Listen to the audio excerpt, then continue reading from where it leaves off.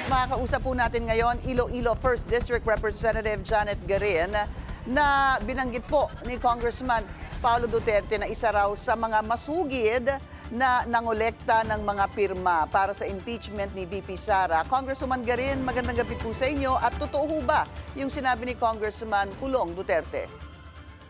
Kuryente po yung sinabi ni Congressman Pulong Duterte. While I respect him as a colleague, Pinky, hindi po totoo yun. Unang-una po, itong impeachment complaint na ito, if a member of Congress endorses the impeachment complaint, kusa kang pumupunta sa Secretary General at dun ka pumipirma ng iyong endorsement.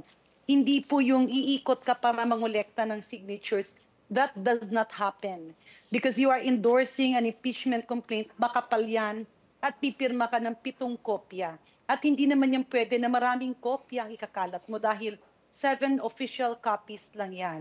So, siguro kung sino man yung nag-feed ng maling information kay Congressman Pulong Duterte, dapat niyang tingnan ano ba ang motibo nito, pinapagulo ba ito, or baka mamaya yan ay pumirma at naghahanap lang ng reason because ang katotohanan niyan, halos kalamihan ng kongresista ay hindi namin mahindian yung aming constitutional duty. Kasi nung nilatag ang pang-apat na impeachment complaint nito, ay kumpleto, andun yung mga ebidensya nung akusasyon ng betrayal of public trust. Congresswoman, So who are we to refuse that? Okay. Hindi mo kasi pwedeng pabayaan is it yan. possible though, Congresswoman Garin, na kayo ay nakiusap at nakausap ang ilan sa mga mambabatas at hinikayat silang pumirma? Would that be a possibility? There was a possibility after the consultation. Kasi nga, hindi ako tumayo no, nagsalita. Marami ang mga nagsalita mga officials, especially those who were really involved in the investigation.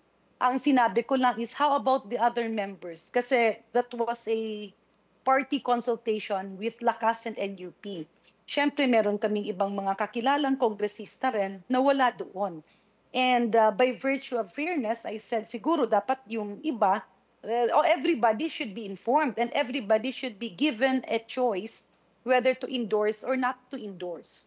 So I actually called, I called 2 or 3 no, na alam ko kasi wala dyan at hindi nag-attend dahil hindi naman alam. No? So, Hindi nag-attend kailan, ma'am? hindi nag-attend sa meeting kanina. Kanina, yung caucus po kanina. Yes, Yeah. yes. So, they actually told me na, kung pupunta ka sa caucus at kung anong mangyari doon, paki-inform kami kasi we are still traveling. They're coming all the way from the airport. Opo. So, ma'am, ilang pahina po itong 4th impeachment complaint? Is it 37? No. It was more than that. Voluminous siya, no? Medyo makapal. I'm sorry I was not able to take note of the number of pages. Kasi I went through it, and then I decided to get a summary para aralin. So, how long does it take for someone like you to study a very, voluminous impeachment complaint? I ask that, ma'am, because ilang mga congressman at congresswoman na nakausap ko din, kapag tinatanong ko po na magsasign ho ba kayo sa 1st, 2nd, or 3rd impeachment complaint, ay palagi pong sinasabi na ito'y pag-aaralan pa nila at babasahin pa nila. When in fact, these impeachment complaints were filed December 2, December 4, and December 19. So, kailan ho umikot itong panibago, yung 4th impeachment complaint? Did it give you enough time to look into it? yes, no, kasi all of the accusations and the basis of the impeachment complaint being discussed in this 4th impeachment complaint, we already tackled before the Committee on Appropriations, before the Committee on Good government. the Oversight Committee, Committee on Good Government, and of course the Quadcom. So basically, specifically on the confidential funds, and of course all members of Congress were actually fully aware when the Vice President mentioned yung sinabi niya nag-hire siya ng assassin to plot the possible assassination of the President, the First Lady, and the Speaker. But more than that, yung napakaklaro po sa karamihan ng kongresista ay yung nangyari sa confidential funds at yung nangyari sa DepEd, no? Where DepEd officials and the back officials actually um, uh, testified that they received they received no envelopes, and I think there was a regular release of envelopes for Okay. um, Balikan ko lang po yung sinabi ni Congressman Duterte. Sabi daw po niya, may consequences para sa mga pumirma. Lalo na't higit yung 1 milyong pong miyembro ng INC, yung pong nagrally kontra sa impeachment. What do you say to that, ma'am? well, we fully respect the Iglesia ni Cristo. However, we cannot be remiss on our constitutional duty kasi napakaklaro po kasi ng nakasaad dun sa pang-apat na impeachment complaint. And I heard no the inputs of some people in the academe, and I'm not sure if I heard the name correct, Attorney Ligutan.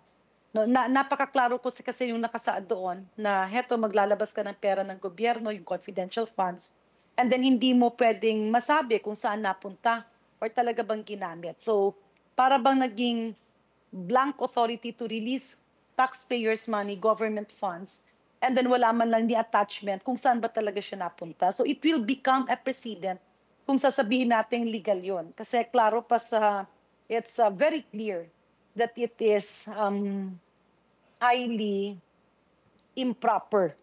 No, it's highly improper. Meron din pong lumalabas na balita na meron daw kapalit yung pong pagpirma dito sa impeachment complaint. That is entirely false. No, talaga pong wala. Ang pinag-uusapan ng karamihan ng kongresista doon, number one kasi yung pinag-uusapan doon is, pwede ba nating hindi tanggapin yung 3 at pang-4 ngayon na impeachment complaint na naka-file?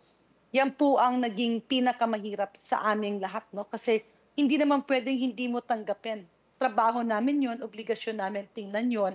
At kung kitang-kita naman na naglabas ng milyong-milyong pera, pero hindi alam kung nasaan napunta at hindi siya ma-explain. Dagdag pa dyan, nagkaroon pa ng urging or sulat ang Office of the Vice President sa COA not to cooperate with Congress and the Committee on Appropriations. Napakaklaro po nun maliwanag pa sa buwan. And we cannot be remiss on our constitutional duty at hindi po namin pwedeng talikuran ang obligasyon na yun. Iloilo 1st District Representative Janet Garin, ma'am, maraming salamat po sa inyong oras. Maraming salamat. God bless.